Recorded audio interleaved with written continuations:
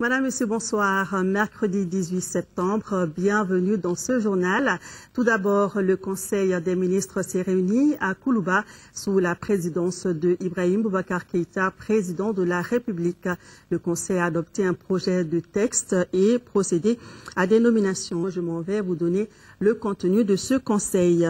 Au chapitre des mesures réglementaires, le Conseil a adopté, sous le rapport du ministre de l'Administration territoriale, le projet de décret portant convocation du collège électoral, ouverture et clôture de la campagne électorale à l'occasion de l'élection des députés à l'Assemblée nationale. Au terme du dit projet, le collège électoral est convoqué le dimanche 24 novembre 2013 sur toute l'étendue du territoire national à l'effet de procéder à l'élection des députés à l'Assemblée nationale.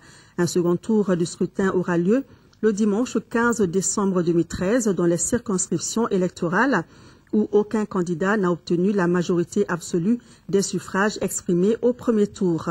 La campagne électorale à l'occasion du premier tour est ouverte le dimanche 3 novembre 2013 à 0 heure. Elle est close donc le vendredi 22 novembre 2013 à minuit. La campagne électorale à l'occasion du second tour, s'il y a lieu, est ouverte le lendemain de la proclamation des résultats définitifs du premier tour. Elle est close le vendredi 13 décembre 2013 à minuit. Des mesures individuelles. Le Conseil des ministres a procédé aux nominations suivantes. Au titre du ministère de la Défense et des anciens combattants, général de division à titre exceptionnel à compter du 1er octobre 2013, colonel-major Sada Samaki. Général de brigade à titre exceptionnel à compter du 1er octobre 2013, colonel-major Salifou Kone, colonel Abdoulaye Koumaré, colonel Sidi Alassane Touré. Inscription au tableau d'avancement à titre exceptionnel au grade de général de brigade à compter du 1er octobre 2013, colonel-major El Hadj Ag Gamou, colonel-major Mohamed Abdraman Ould Meidou. Au titre du ministère de l'économie et des finances, chef de cabinet, Madame Traoré Fantassi, gestionnaire des ressources humaines. Voilà ce qu'il fallait retenir du Conseil des ministres de ce mercredi. Tout de suite, activité à la primature. Le Premier ministre Oumar Tatamli a accordé ce matin 2 audiences, l'une au président de la commission de la CEDEAO et l'autre au vice-président de la Banque mondiale. Le compte-rendu des 2 audiences, c'est avec Bourama Traoré. Après la réussite de l'élection présidentielle, l'heure est à la réconciliation des Maliens. La CEDEAO entend accompagner ce processus pour que le vivre ensemble redevienne une réalité au Mali. C'est du moins ce qu'a annoncé au chef de l'État le président de la commission de la CEDEAO. Désiré Kadri Ouédraogo s'est entretenu avec le chef de l'État sur les derniers développements de la situation politique et sécuritaire du Mali. La question de la réconciliation nationale est au-dessus des priorités du président de la République. Et pour cela, la CEDEAO sera toujours mobilisée pour aider au dialogue, pour que cette reconstruction, cette réconciliation et ce dialogue national puissent aboutir à un véritable enracinement de la démocratie et de la paix sociale au Mali, gage du succès également de la CEDEAO. Un autre soutien de plus aux nouvelles autorités du Mali, c'est celui de la Banque mondiale. L'institution financière entend aider notre pays à sortir du marasme économique et à faire face aux défis de la reconstruction. C'est ce qui ressort de cette audience que le président Ibrahim Boubacar Keïta a accordé au vice-président de la Banque mondiale pour la région Afrique. Il s'agissait de venir écouter le chef de l'État, ses priorités, et de voir comment nous allons continuer à renforcer notre appui. Nous avons parlé tantôt du secteur agricole, de la question de l'irrigation, de la maîtrise de l'eau. Et je crois que nous avons une feuille de route qui est assez claire pour déterminer un peu les conditions dans lesquelles la Banque mondiale pourra apporter un soutien encore accru, un soutien encore beaucoup plus important. Quant au président de la République, il a exprimé toute sa reconnaissance à la commission de la CEDEAO et à la Banque mondiale, 2 institutions dont l'apport a été déterminant pour la résolution de la crise malienne.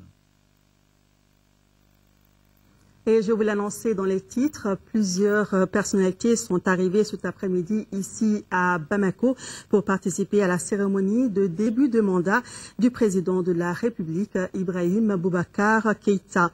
Donc cet après-midi, le président congolais Denis Sassou Nguesso, le président tunisien Mohamed Monsef Marzouki, le président tchadien Idriss Déby Itno, le président nigérien Mahamadou Issoufou, le président guinéen Alpha Condé, le premier ministre bissau-guinéen sont arrivés, ainsi que l'ancien président allemand Urs Köhler.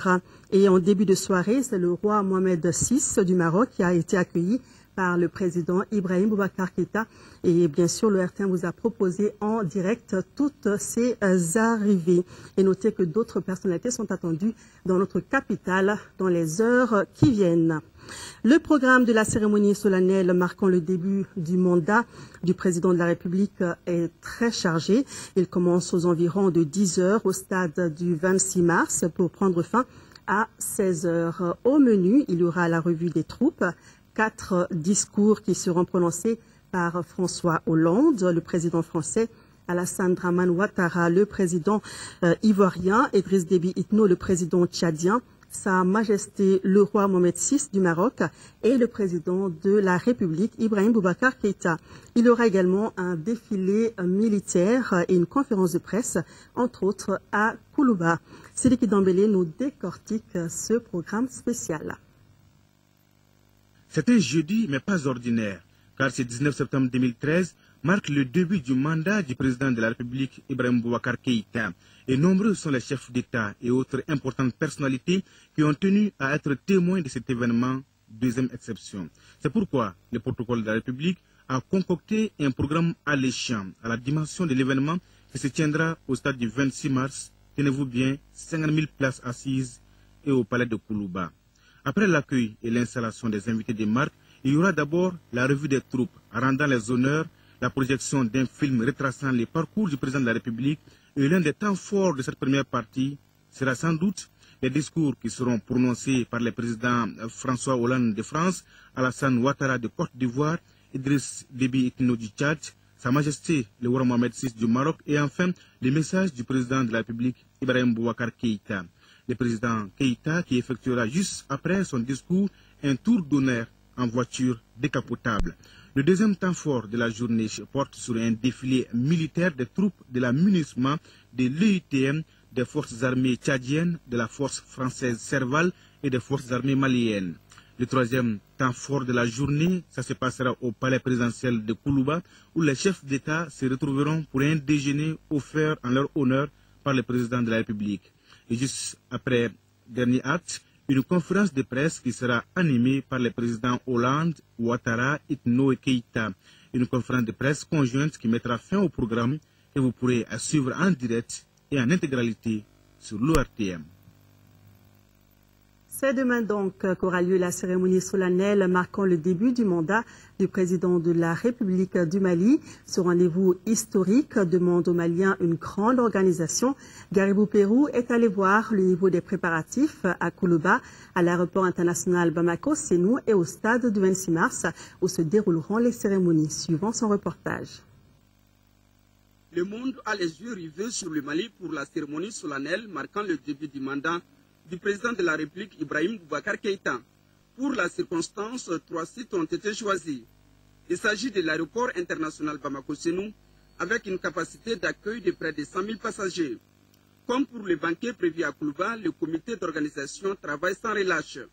Construit il y a 107 ans, cet édifice avait d'abord été le lieu de travail des gouverneurs français. Au niveau de l'aéroport, tout se passe très bien. On attend seulement les invités.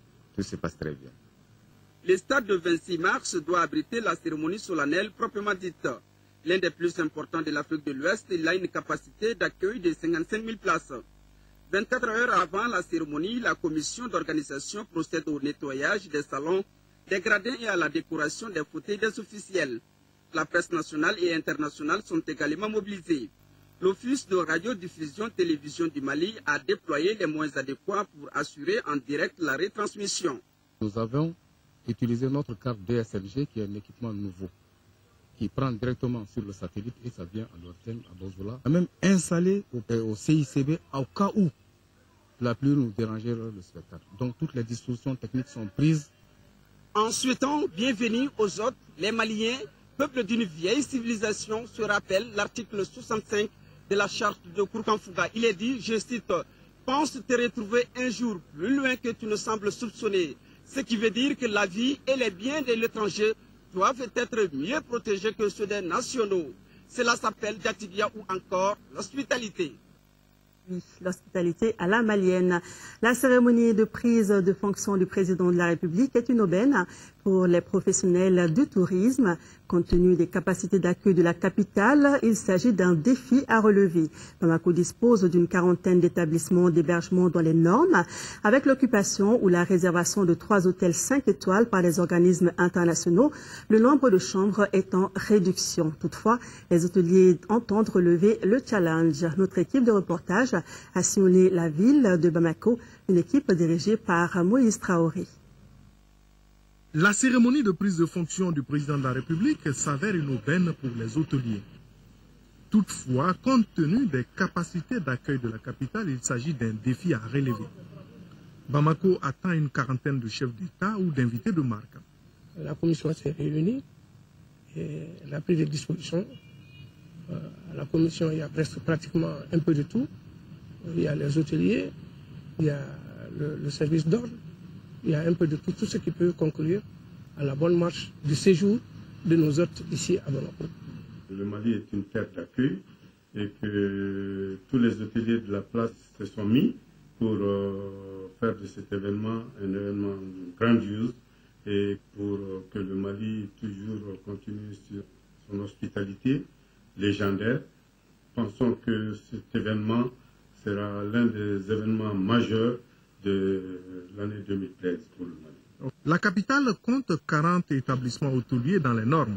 3 des 5 hôtels classés 5 étoiles sont occupés ou réservés par des organismes internationaux. À travers Bamako, le visiteur a le choix entre 1536 chambres. Le tarif varie de 25 000 à 105 000 francs la nuitée. On fait assez d'efforts pour tous les clients et si on a des hôtes pour la cérémonie, on va redoubler d'efforts encore pour que vraiment ils se sentent bien. Parce que quand même, ils viennent pour un événement important. La résidence diplomatique en face est en réflexion. Dans la catégorie des 4 étoiles, un groupe hôtelier doit recevoir 5 chefs d'État. On a accommodé une suite pour avoir les suites présidentielles, afin d'accueillir les présidents. Et puis, on a ajouté un certain nombre de services pour mieux les accueillir. On a renforcé la restauration, on a renforcé les services des étages. Et donc tout ça, la sécurité. La crise politico-sécuritaire avait quelque peu laminé le secteur. La première partie de la cérémonie de demain aura lieu au stade du 26 mars. À cet effet, les forces de l'ordre n'ont rien laissé au hasard. Comment la sécurité compte-t-elle couvrir l'événement? Isaac Tinou est allé voir son compte rendu. Un événement exceptionnel, mesure exceptionnelle. C'est le moins ce que l'on puisse dire de l'aspect sécuritaire de la cérémonie solennelle d'investiture du président de la République. Pour la circonstance, les forces de l'ordre sont mobilisées à tous les niveaux, suivant un cadre d'ordre minutieusement élaboré. Depuis plus de 3 semaines, les autorités aéroportières sont attelées à la tâche en vue de sécuriser au mieux la zone aéroportière. Et cette sécurité va de l'extérieur de l'aéroport ainsi qu'à l'intérieur. Pour ce qui concerne l'intérieur où tous les étrangers, toutes les délégations doivent venir, il y a une sécurité très renforcée à ce niveau, notamment avec la compagnie des transports aériens de gendarmerie, ici la compagnie militaire qui nous appuie dans toutes nos actions. Aussi, il y a la base 101 qui est en amont, qui nous assiste à tous les niveaux. Et pour ce faire, nous avons prévu des jalonnements le long des itinéraires pour escorter les différentes délégations à destination.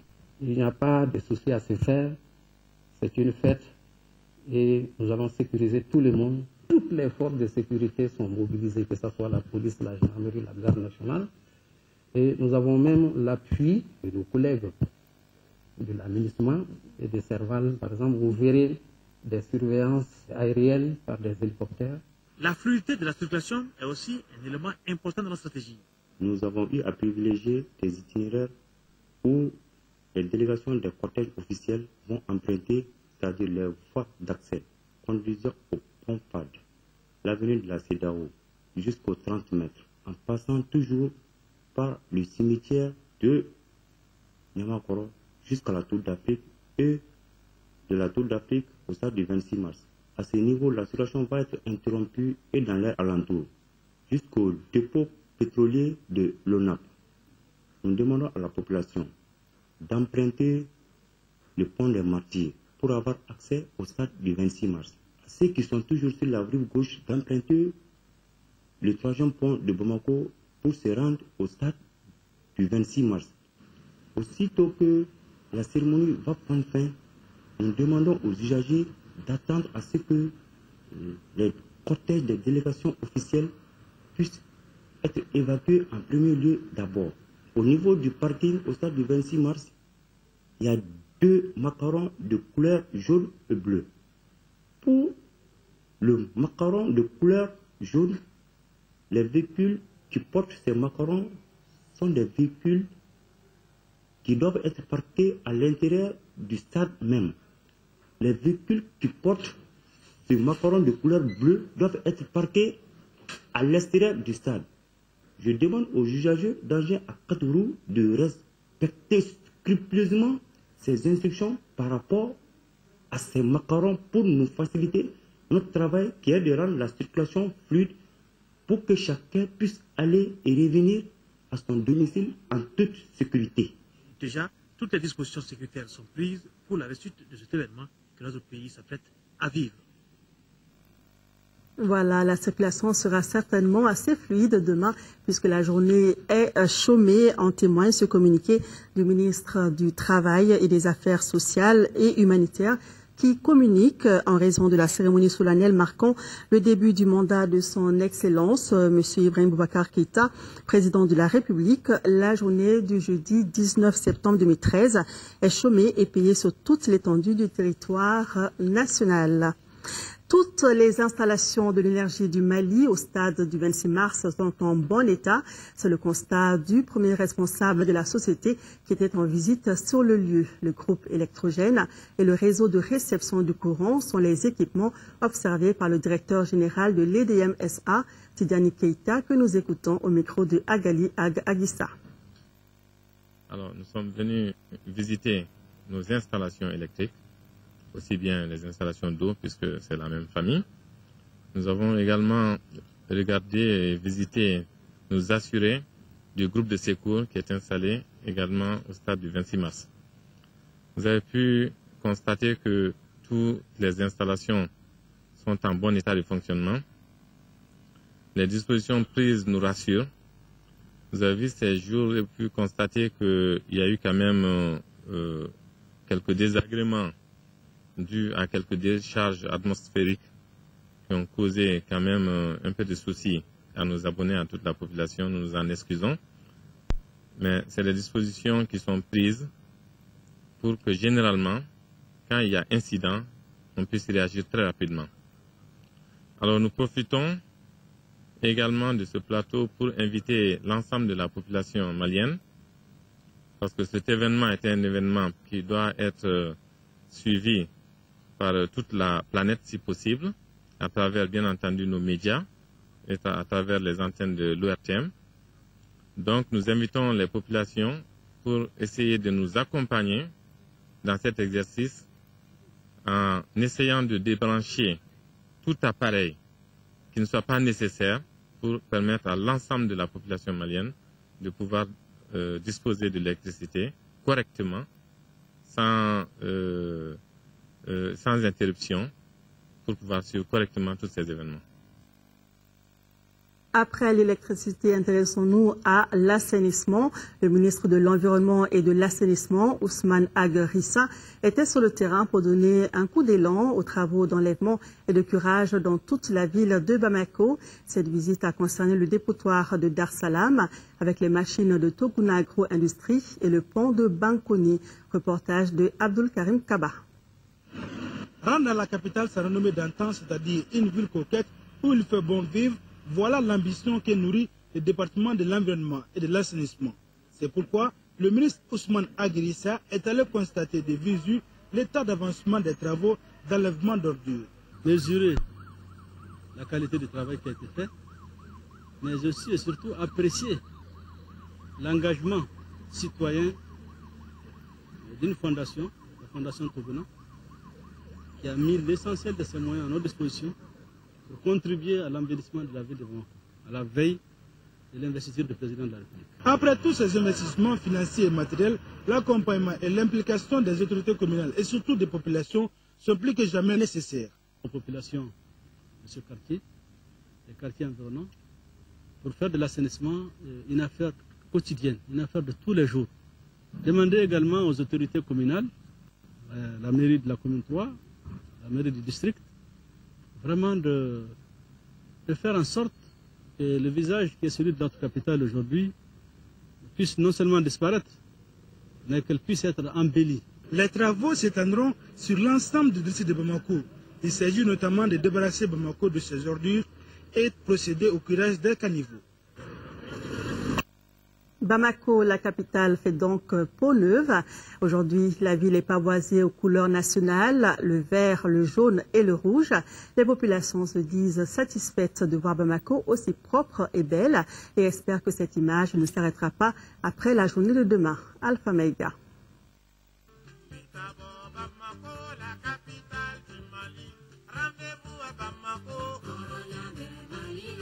Ainsi, la ville des Trois Caïmans retrouve petit à petit son visage d'antan. Toutes les grandes artères de la ville rayonnent de trois couleurs, à savoir le vert, le jaune et le rouge. La ville devient très jolie. Ça nous plaît beaucoup. Si ça peut continuer même après ça. On est en train d'embellir, mais il faut qu'il fasse beaucoup d'efforts avec ça. Moi, je crois que c'est bien. Aujourd'hui, Bamako est propre. Partout, les couleurs nationales. Maintenant, on a un bon cadre de vie.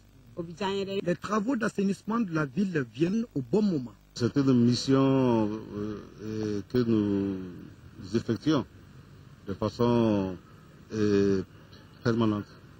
Donc la ville aujourd'hui est vraiment flambante. Ce n'est pas pour le 19, nous allons faire en sorte que la ville garde maintenant cette image. Bamako, c'est aussi le bitumage des routes.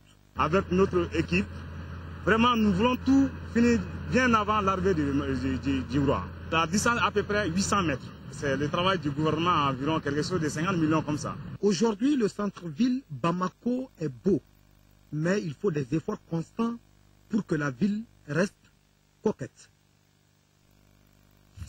Les artistes se sont eux aussi mobilisés pour la fête de demain. Depuis plus de 2 mois, les artistes du Mali, sous la houlette de la FEDAMA, sont en répétition à l'Institut national des arts INA. C'est pour offrir aux Maliens un spectacle de paix dénommé Grand Cœur à travers une œuvre regroupant théâtre, musique et danse qui s'appelle Dormir dans l'Azawad. Cette œuvre très représentative de la diversité culturelle malienne est une contribution à la réconciliation nationale en cours. Cheikh Oumar Sangari. Les agrès du Minyanka,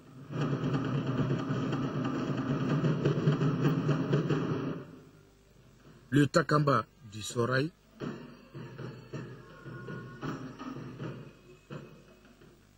le Sogolo du Bozo,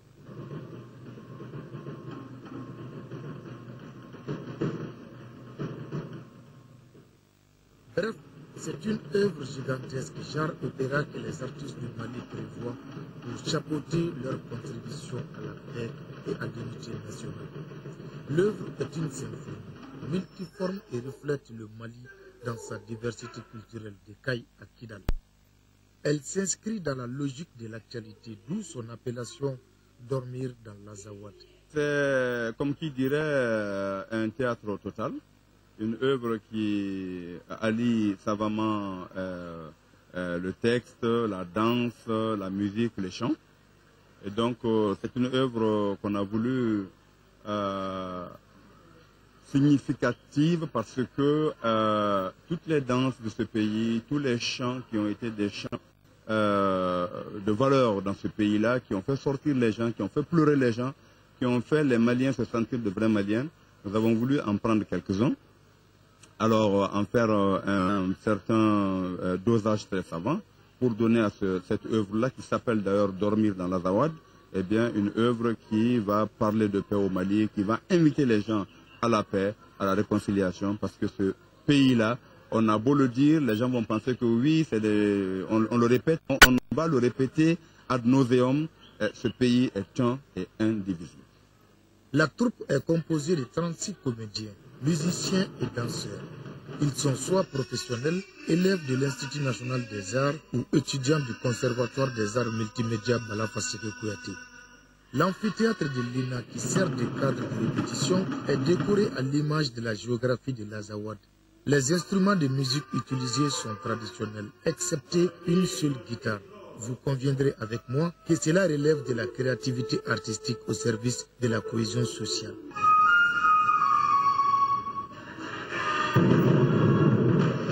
Je pense que c'est ce que les artistes, l'ensemble des artistes du Mali, savent faire de mieux pour la paix, la cohésion et la réconciliation nationale. Le projet qui donne ainsi naissance au spectacle s'intitule Grand Cœur. C'est une initiative de la Fédération des artistes du Mali, FEDAMA, avec le soutien du département en charge de la culture.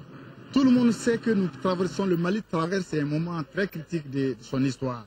Mais malgré tout cela, le ministre, personnellement, s'est engagé pour nous accompagner, non seulement financièrement, moralement et techniquement. Après plus de 2 mois de répétition, la troupe est prête pour une prestation à la dimension de la ferveur de la stabilité retrouvée. Nous sommes tout à fait prêts. Il nous reste seulement que habiller ce spectacle-là. Et une fois qu'il est habillé, nous n'avons plus aucun problème. Nous sommes prêts à jouer, si vous voulez, même demain. L'œuvre nous replonge dans les atrocités de la guerre avec ses morts d'innocents. Toutefois, elle nous enseigne les vertus du dialogue, seul moyen de résolution durable des conflits. Et pour ce faire, elle nous invite au pardon, l'une des résultantes de nos valeurs humanistes. Revenons sur l'arrivée des premiers hôtes du Mali. Ils sont des chefs d'État et de gouvernement et plusieurs autres personnalités de marque.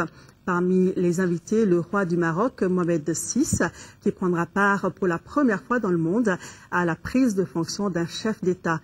Toutes ces personnalités prendront part demain, jeudi, à la cérémonie donc de prise de fonction du président Ibrahim Boubacar Keïta. Le reportage avec Mohamed Diarra.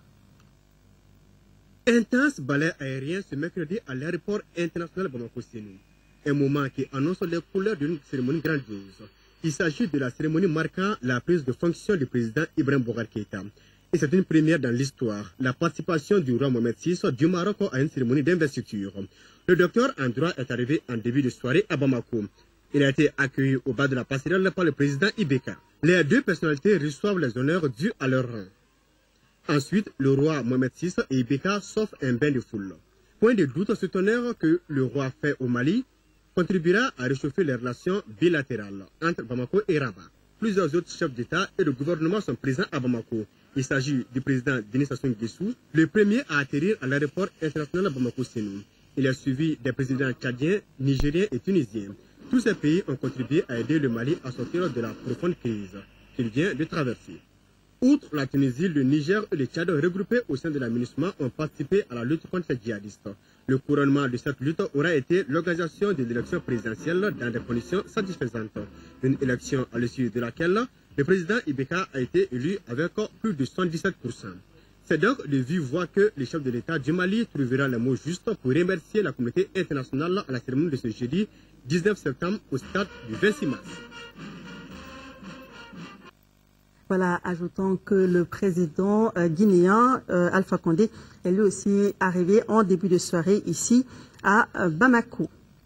Deux handicapés, Nouroum Koulibaly et Boubacar Touré, ont parcouru le trajet Mopti-Bamako par tricycle pour assister aux cérémonies de début de mandat du président de la République. À leur arrivée à Bamako, ils ont transmis un message dans lequel ils remercient le président Ibrahim Boubacar Keïta pour avoir inscrit les questions liées au handicap dans son programme. Notre reporter Mamouro Silibé n'a pas fait le trajet Mopti-Bamako. Il s'est contenté du trajet Niamana, gouvernorat du district de Bamako. Suivant son reportage. Noum Koulibaly et Boubacar Touré sont arrivés à Bamako. Ils sont deux jeunes handicapés partis de Mopti le 30 août dernier avec leur tricycle pour être témoins des festivités marquant le début du mandat du président de la République. Pour ces jeunes, cette action rentre dans le cadre de la reconnaissance des bienfaits du président Ibrahim Boubacar Keïta en faveur des handicapés. En 2013, pour l'une des rares fois et de façon solennelle, un président de la République inscrira des questions liées au handicap parmi les principaux chantiers de son mandat et le traduit en termes de principes directeurs par, je cite, la promotion de l'égalisation des chances, qui permettra la participation de tous. Le directeur de cabinet du gouverneur, recevant le document des mains des handicapés, les a rassurés de transmettre leur message. Vous avez pu démontrer par là que si on a une vision, le handicap ne peut pas être un empêchement. On peut aller au-delà du handicap. Je voudrais vous rassurer ici que le message que vous m'avez remis arrivera effectivement à son destinataire. Et on prendra toutes les dispositions pour que le jour de cette remise, vous soyez, vous également, présents pour pouvoir dire au destinataire de vive voix ce que vous venez de nous dire. Environ 630 km à tricycle pour assister aux festivités, c'est du sport, mais aussi véritablement une marque de confiance à l'endroit du président Ibrahim Boubacar Keïta. Noum Koulibaly et Boubacar Touré ne sont pas les seuls à avoir fait le déplacement de Bamako pour participer à la journée de demain. Un homme d'une quarantaine d'années a choisi la marche de Nioro à Bamako pour y assister à son départ de Nioro du Sahel. Les autorités politiques et administratives et une foule nombreuse étaient présentes. Pour notre reporter Moussa Gakité, aussi reportage. Né à Sibi en 1973, marié et père de 3 enfants, M. Ismaël Traoré est depuis les élections en 2002 enfant de Ibrahim Boubacar Keïta. Pour manifester sa joie à l'occasion de l'accession de celui-ci à la magistrature suprême du pays, notre brave réparateur de téléphones connu par tous à Nioro a opté faire à pied plus de 400 km. L'objectif est d'aller assister à l'investiture prévue pour le 19 septembre. Auparavant, Ismaël Traoré s'est rendu chez le shérif de Nioro qui lui a beaucoup félicité pour son initiative avant de lui faire beaucoup de bénédictions. C'est alors, devant une tribune pleine de monde, que le préfet de Nioro a remis au marcheur les couleurs du Mali avant de lui mettre en route sous les encouragements de plusieurs dizaines de jeunes. Notons que M. Traoré est porteur de messages au président de la République, celui de la paix. Voilà donc ce que nous avions à vous proposer pour la cérémonie de demain. Notez que le ministre du Travail et des Affaires sociales et humanitaires communique en raison de la cérémonie solennelle marquant le début du mandat du président Ibrahim Boubacar Keïta, président de la République. La journée de jeudi de demain, donc jeudi 19 septembre 2013, est chômée et payé sur toute l'étendue du territoire national. Il communique également qu'en raison de la célébration du 53e anniversaire de l'indépendance du Mali, le dimanche 22 septembre 2013, la journée du lundi 23 septembre 2013 est chômée et payée sur toute l'étendue du territoire national. Sur un tout autre sujet, 50 millions de dollars, c'est le montant d'un financement de la Banque mondiale pour soutenir les efforts de reconstruction de notre pays. La somme permettra au Mali de renforcer sa politique d'assainissement des finances publiques. La cérémonie de signature s'est déroulée au ministère des Finances, suivie par Alou Séné Touré. L'amélioration de la gouvernance, le renforcement du partenariat public-privé et la présence de l'État dans certaines parties du pays, ce sont entre autres objectifs visés par cet appui budgétaire de la Banque mondiale au Mali. Ce projet visera à mettre en place un certain nombre de mesures qui devraient renforcer les capacités de contrôle et de transparence budgétaire, de restaurer également les capacités d'investissement et d'analyse des projets d'investissement dans les secteurs de l'électricité et d'irrigation. Comme vous le savez, ce sont des secteurs prioritaires pour le pays.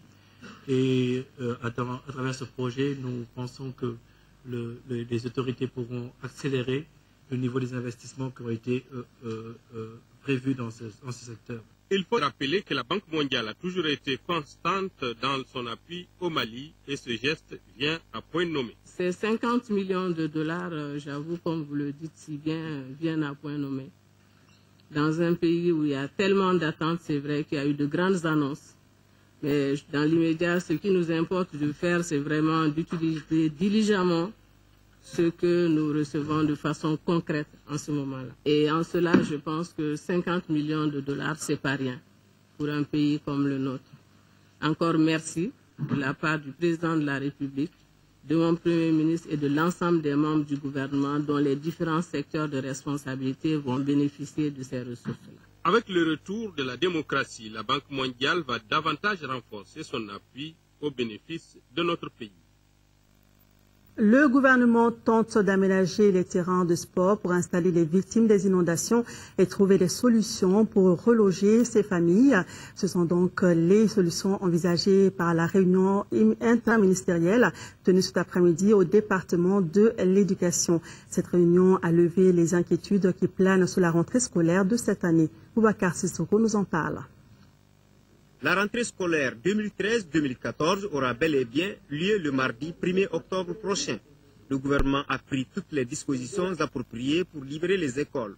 Des écoles jusqu'ici occupées par les populations victimes des inondations du 28 août dernier.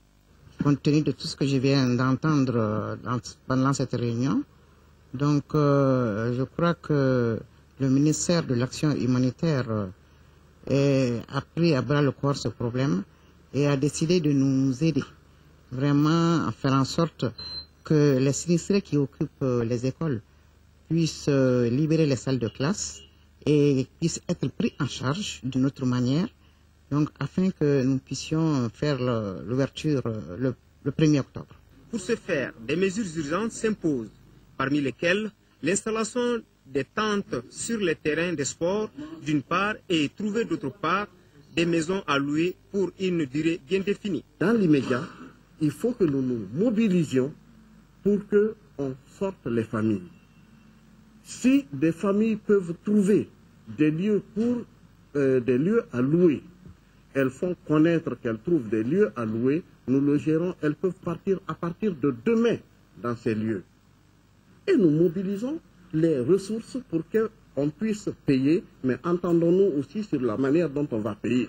Cette mesure de mettre les victimes des inondations en location plaide déjà aux 1402 ménages sur un total de 1412 recensés dans les communes 1, 2 et 4 du district de Bamako. Le ministre de la Sécurité, colonel Sada Samake, était hier à Tessalit.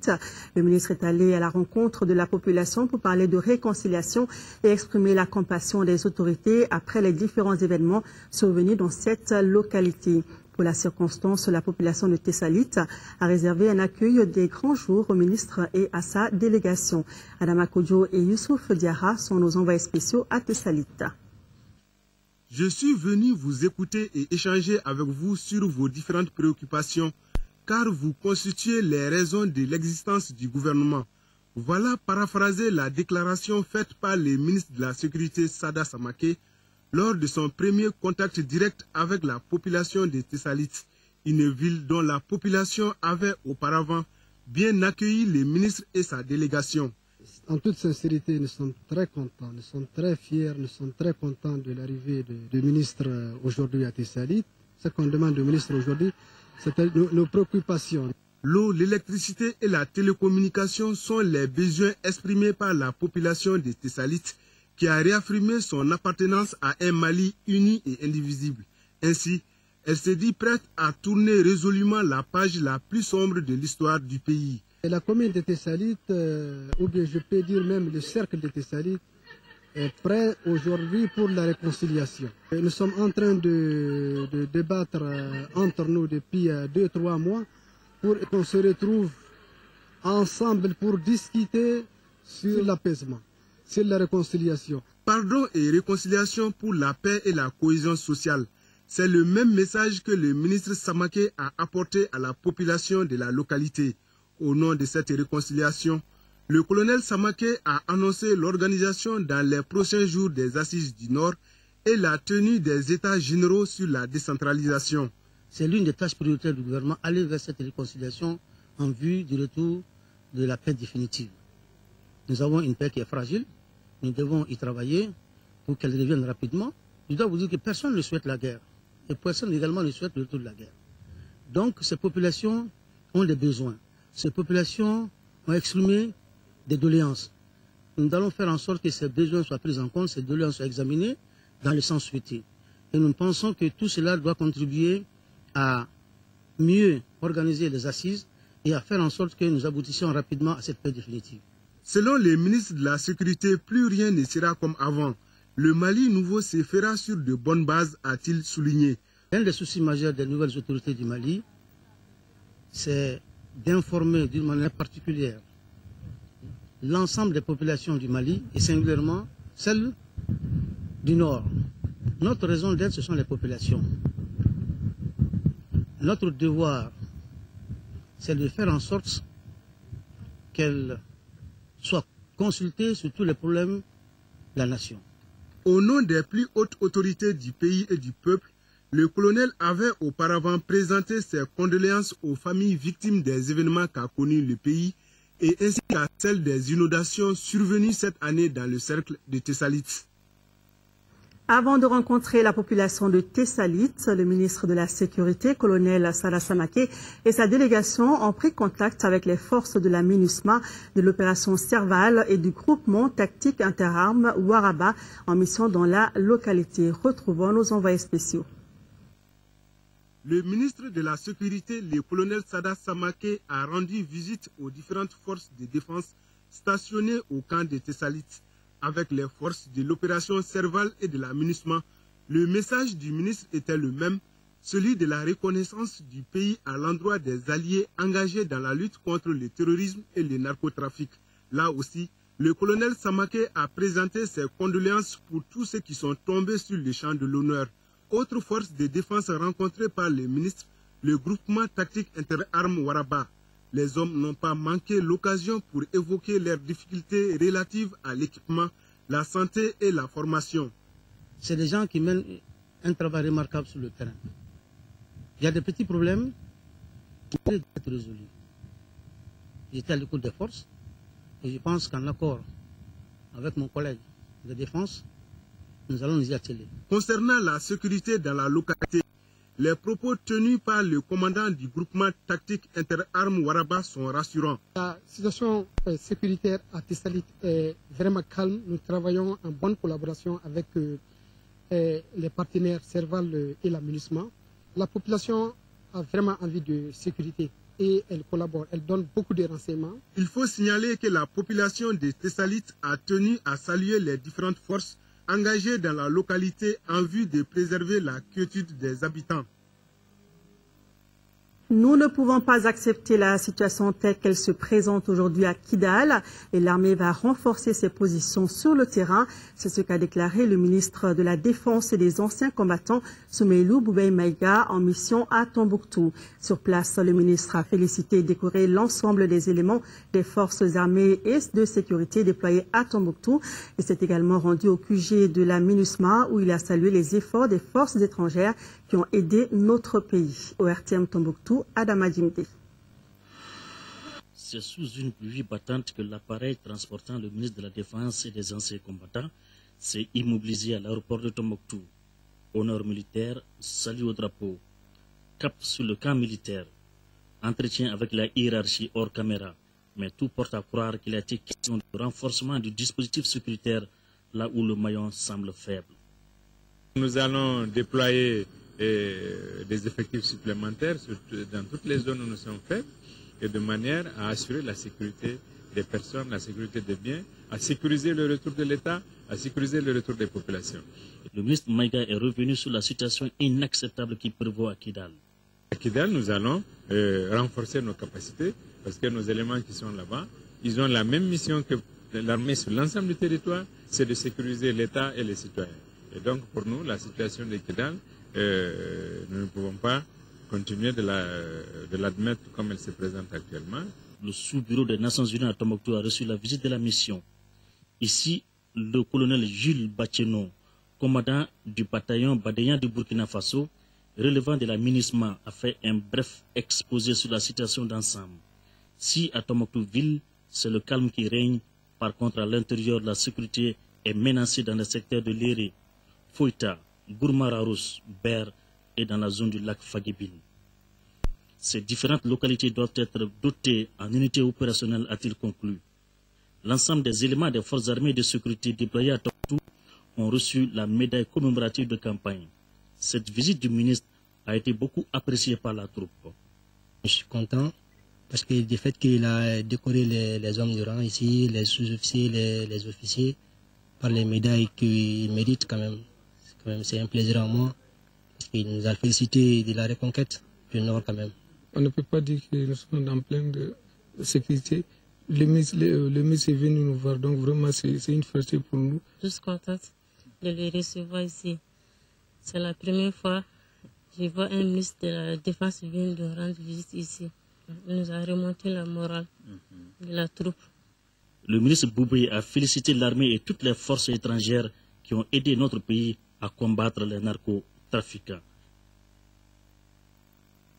Et suite à l'agression perpétrée contre une délégation du gouvernement du Mali composée des ministres en charge de la réconciliation nationale, de la sécurité et de l'administration territoriale à Kidal, l'URD, l'Union pour la République et la démocratie, condamne avec la dernière rigueur cette agression jugée inadmissible.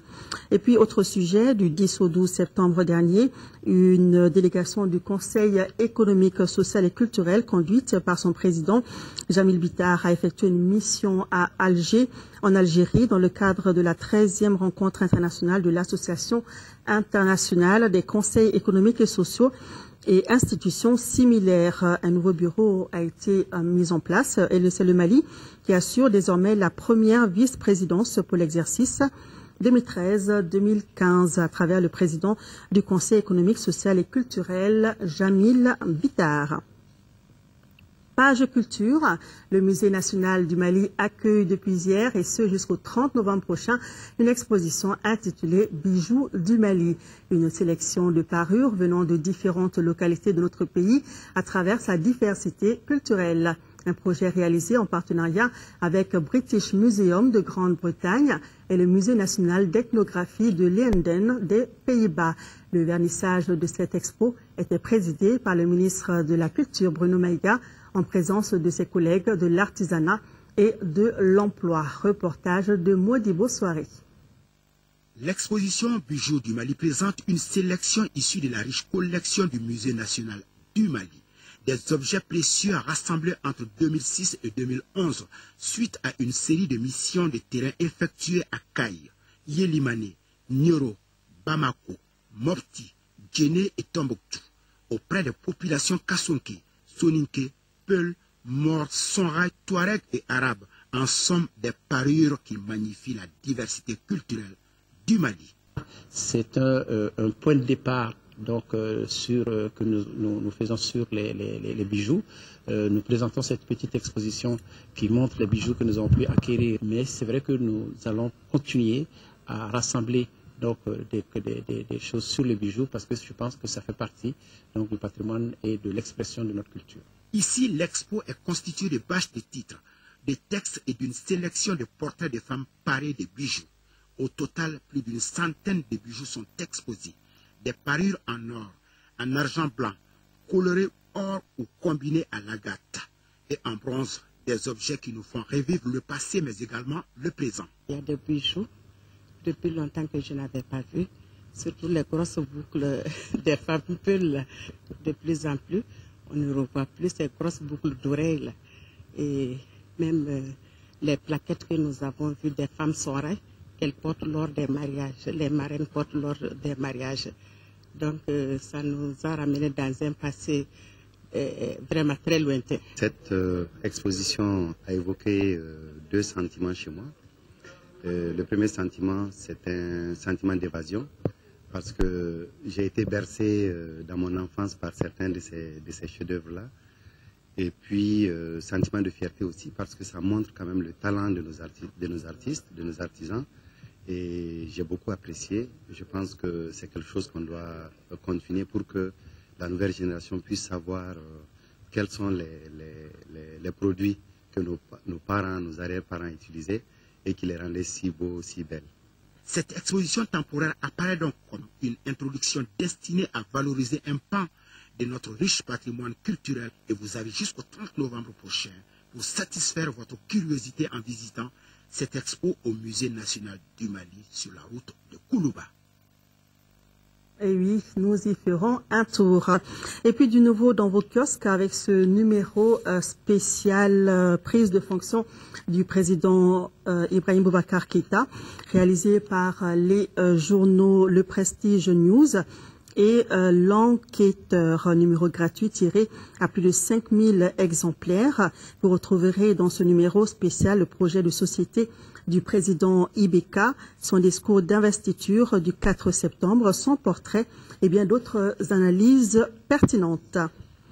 Voilà, ce journal s'achève. Merci de votre attention.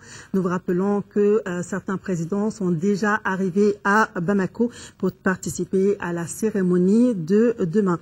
D'autres personnalités sont attendues à Bamako demain matin.